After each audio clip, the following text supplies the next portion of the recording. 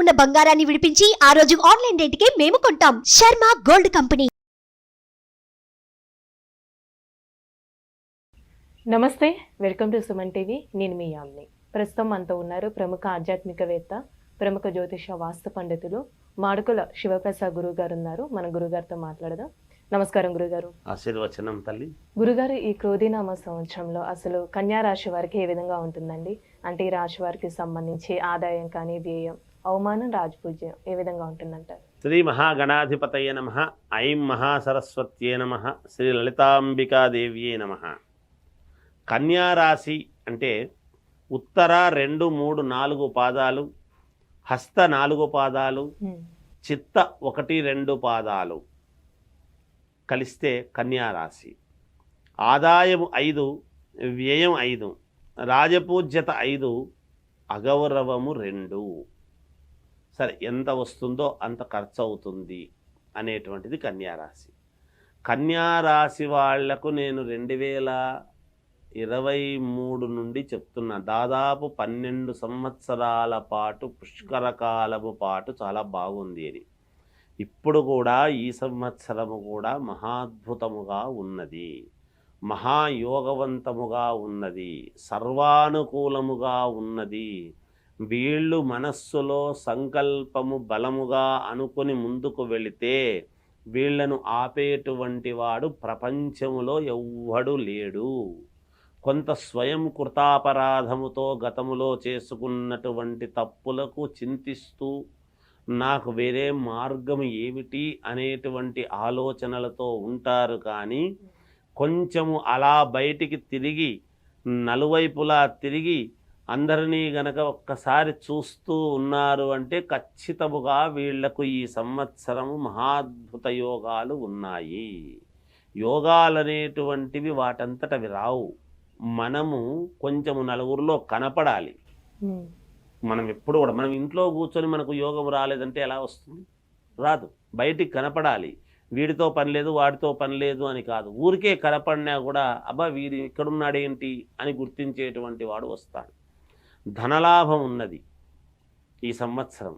అసలు మేము ఆర్థికంగా చిరిగిపోయినటువంటి వాళ్ళు ఎక్కడి నుంచి నాకు ధనం వస్తుందా, ఎక్కడా రావడం లేదు, నాకు 4 గోడల లోపల తాళం పెట్టి 4 గోడల లోపల ఎట్లయితే పెట్టేసి ఒక జైల్లో ఉన్నట్టు ఉంచుంటారో, వాళ్లకు ఎక్కడా ఆదరవు లేదే అని అనుకుంటారో, వాళ్లకు కూడా యోగం అనేది ఉంది.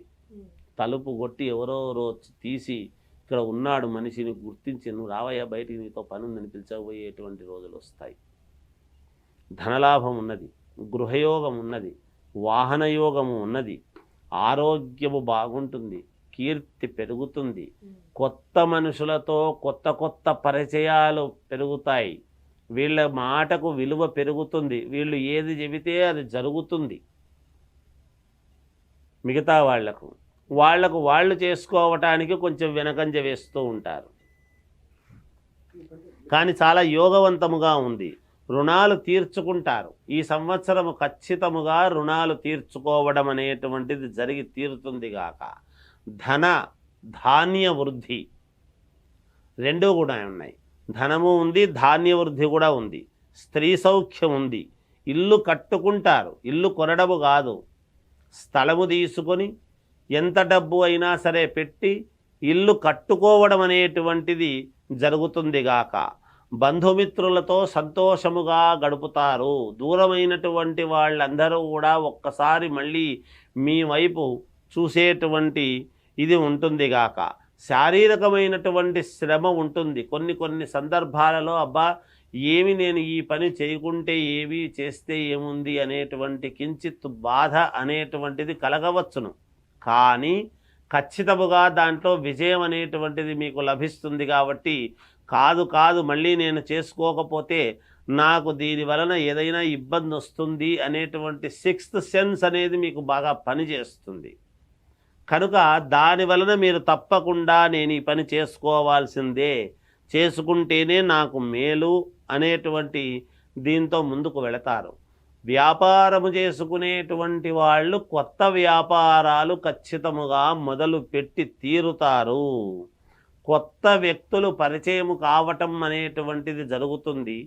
మామూలుగా ప్రయాణాలు చేసేటువంటి వాళ్ళు కూడా మిమ్మల్ని ఫ్లైట్లలో తీసుకువెళ్ళేటువంటి అవకాశము లేదా మీరే వెళ్ళే అవకాశము కానీ రావచ్చును.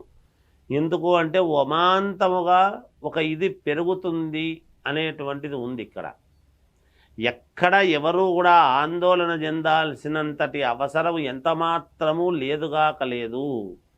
నేను ఇంత ఇబ్బంది పడుతున్నాను, నాకు ఎక్కడ కలిసి రావటం లేదు, నాకేమో ఈ కోట్ల రూపాయలు లక్షలలో అప్పు ఉన్నది, నాకు వచ్చే మార్గం ఎక్కడా లేదు అని ఆలోచన చేసేటువంటి వాళ్లకు కూడా నేను చెబుతున్నాను ఖచ్చితముగా ఏదో ఒక రూపకముగా దైవం మానుష రూపేణ అన్నట్టుగా ఇంకొక మనిషి రూపములో వచ్చి ఖచ్చితముగా మీకు మేలే జరుగుతుందిగాక, జరిగి తీరుతుందిగాక. ఎన్ని మాట్లాడినా గత సంవత్సరములో పూర్తి ఇబ్బందిగా ఉండేటువంటి వాళ్లకు కొంత కదలిక వచ్చి కొంత మేలు జరిగి ఉంటుంది. ఇప్పుడు ఈ సంవత్సరం ఇంకా కొంచెం మేలు జరిగి ఇలా దినదినం సంవత్సరానికి మేలు జరుగుతూ వస్తుంది. ఇంకా ఒక 10 సంవత్సరాల వరకు మీకు మహాద్భుతమైనటువంటి యోగము ఉన్నది. ఆ అద్భుతమైనటువంటి యోగముతో మీరు ఎన్నో చేయబోతున్నారు, ఎన్నో పనులు అనేటువంటిది నిస్సందేహముగా తెలియజేస్తూ ఉన్నాను. విద్యార్థులకు చాలా మహాద్భుతమైనటువంటి యోగకాలము. సినిమా రంగములో ఉండేటువంటి వాళ్లకు బ్రహ్మాండమైనటువంటి కీర్తి ప్రతిష్టలు అనేటువంటివి వస్తాయి. అబ్బా నీ అంతటి వాడు లేడు అనేటువంటిది ఒకటి సంపాదించుకోగలుగుతారు, అవార్డులు కూడా పొందుతారుగాక. అలానే ఇప్పుడు మనకి వ్యవసాయానికి వచ్చేసరికి ఏ విధంగా ఉంటుందండి? వ్యవసాయ రంగంలో ఉండేటువంటి వాళ్లకు కూడా చాలా మంచి పంటలు పండటము చేయటము, వాళ్లకు మంచి పేరు రావటము, ఆ భూముల వలన కలిసి రావటము కూడా ఉన్నది. తప్పకుండా మేలు జరుగుతుంది గాక. అలాగే రాజకీయాలలో ఉండేటువంటి వాళ్లకు ఈ సంవత్సరము గజకేసరి యోగం అనేటువంటిది ఉంటుంది రాజకీయాల్లో ఉండేటువంటి వాళ్ళకు. ఇక వ్యక్తిగతమైనటువంటి జాతకాలలో ఏమైనా లోపాలు ఉంటే మనం చూసి సరిదిద్దుకుంటే తప్ప నిజానికైతే రాసుల ప్రకారముగా చాలా అంటే చాలా బాగుంది ఈ సంవత్సరం అనేటువంటిది తెలియజేస్తూ ఉన్నాను. గురుగారు, ఈ రాశి వారికి ఇంకా మెరుగైన ఫలితాలు రావాలంటే ఎలాంటి పరిహారం చేసుకుంటే మంచిది అసలు? ఈ రాశి వారికి మెరుగైన ఫలితాలు సాధించాలి అని కనుక అనుకుంటే నదీ స్నానం, ఏవైనా ఒక 2 నదుల యొక్క స్నానము చేస్తే వీళ్లకు కొంచెము మేలు అనేటువంటిది నేను తెలియజేస్తూ ఉన్నాను. అలాగే అన్నదానము చేయటము, అన్నదాన సేవా కార్యక్రమంలో పాల్గొనినా కూడా పుణ్యమే. ఇవి చేస్తే వీళ్ళు చాలా వరకు మేలు జరుగుతుంది గాక. చాలా చక్కగా తెలియజేశారండి, ధన్యవాదాలు. జయోస్తు. సుమన్ టీవీలో మీ పర్సనల్ అండ్ బిజినెస్ ప్రమోషన్స్ కోసం కింది నెంబర్కి కాంటాక్ట్ చేయండి.